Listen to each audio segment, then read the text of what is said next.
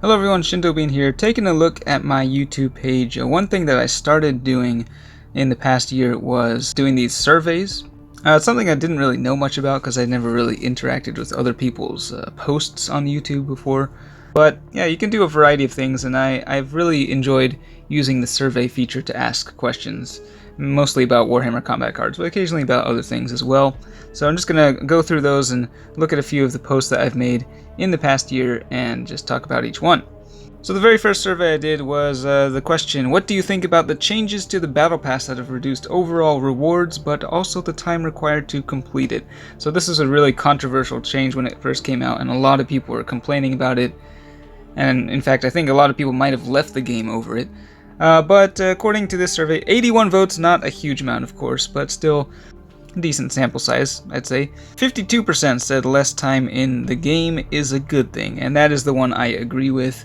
I think, if we have a choice of whether or not to play this game more or less, honestly, like, as much as I enjoy it, I don't really like feeling pressured to play the game as much as possible.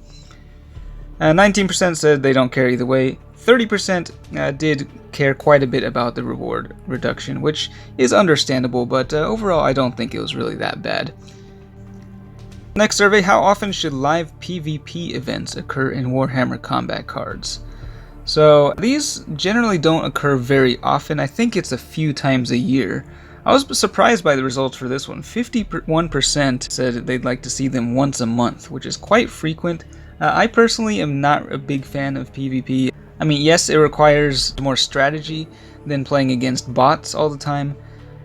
And so, like, in an ideal world, I think playing versus live people in a card game like this would be the way to go. But just with the way that this game works, like, the game itself is not really interesting enough for PvP, I feel like.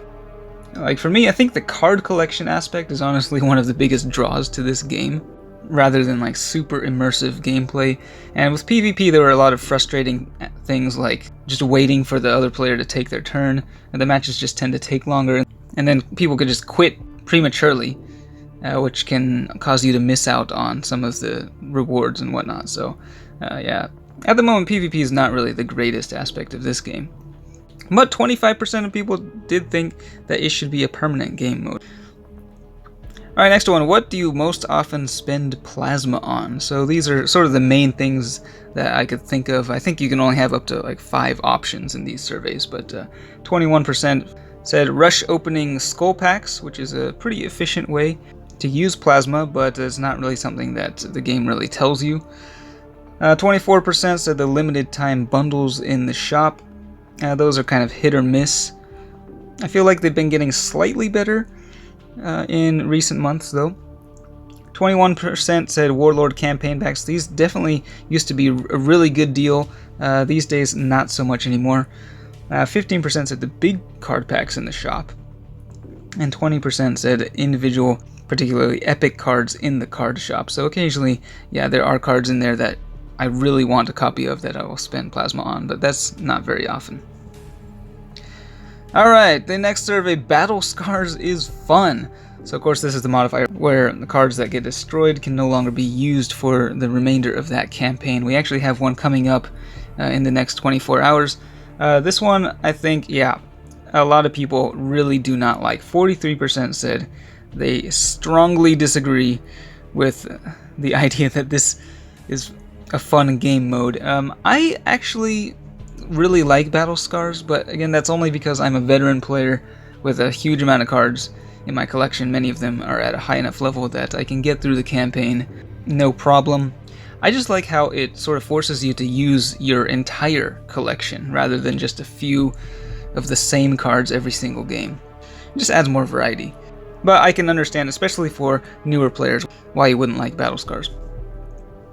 Next survey, which game news are you most interested in from Warhammer Skulls? So this was, 3 months ago. So 9% said Bolt Gun, 54% said Space Marine 2, and I gotta say, this game looks amazing. Like, the new gameplay footage from it dropped from Gamescom, I think it was. And yeah, the game looks incredible. Just the immense scale of the battle scenes. like better than a movie. So yeah, I really hope my PC can actually run it, because I am definitely interested in playing that game.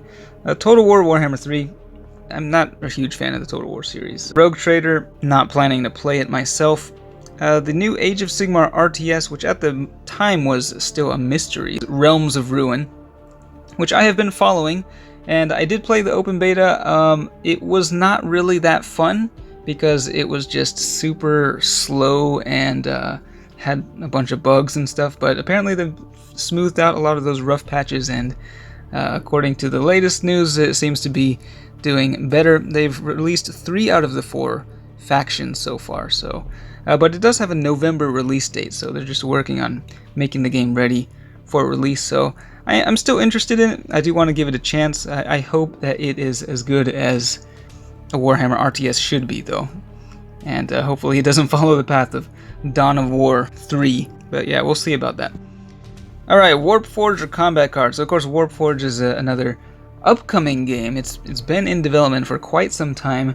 It's basically just a 40k version of the Horus Heresy Legions game, and I was pretty excited for it at first. I never played Horus Heresy Legions much, but 40k, much more familiar with, so I was wanting to give it a shot. They did have a few demos which you could try out the different factions, and while it was fun at first, it quickly kind of became stale for me and just was not really that fun. So I gotta say, when it comes to 40k themed card games, Combat Cards is still my go-to game. Alright, which option do you think is better for a Leviathan bundle? This, of course, is when they first released the big box for the new edition of 40k, which has Space Marines and Tyranids. And the way that they released the bundles in Combat Cards, though, it didn't really make much sense, because they were just mixing both factions, and that's, of course, what they ended up going with. It was too late to change anything, but in the future, I hope that they do split factions so that people who are interested in Tyranids can just focus on that. And if there are people out there who just want more Space Marines in their collection, they can choose that bundle instead. This is just a fun one. Which race are you in Starcraft? Terran, Protoss, or Zerg? 45% said Terran. Terran is actually my least favorite race. I never enjoyed playing as them, except in the campaign. I don't know why. I think it's just hard to manage all the very different types of units. I used to be a big fan of Protoss. I like their lore. But gameplay-wise, you can just make a big death ball of units and just roll through and annihilate everything. But I started playing a little bit more recently, and Zerg is quite a bit of fun. I really love the Swarm, and also a big fan of Tyranids as well. So yeah, good times with StarCraft. More recently, 1 month ago, what do you think about the new scoring system for campaigns? So this is one that they were intending to test out over the course of a few weeks, I think, but there was so much negative feedback immediately that they scrapped it after a single campaign. So I guess they weren't able to get a whole lot of data on it. They basically just added a lot more factors into how you get victory points for scoring in campaigns, which will lead to everyone having a different score, so you don't end up with a bunch of people getting, the exact same victory points. So that much was good. But just the way that they did it, there was kind of a lot of unnecessary stuff, and yeah, it wasn't that great. So I don't know, I'm guessing they're still working on it, but we haven't really heard anything about that. Surprisingly though, 27% of people wanted to just roll with that one. Alright, and the latest survey, which only has 30 votes at the moment, but for ranked mode, should all factions get set to the same trophy count at the end of the season? At the moment, there's a cap. No matter how far you get with your top 4 factions, they will all get reset to that limit there. But everything else, I think, just gets halved or something. So you can end up with a lot of factions which have very few trophies, and then if you want to use them in the next season, you'll just have to grind through so many more games against low-level opponents just to be able to get back to the point where you are making your way towards Terra. I don't like that system. I think everything should be reset so that you can participate in rank and the progression to Terra without having any negative consequences. But it seems like a lot of people are fine with the current system. I'm hoping they do change that in the future, but I guess, yeah, we'll just have to see. So those are all the survey questions I've done so far. I really enjoy this. If you've been participating in these, thank you very much. And if you didn't know about it, then please participate in the future. And if there are any questions that you'd like me to ask the community, please feel free to let me know in the comments. But that's it for this one. Thanks for watching, and I will see you next time.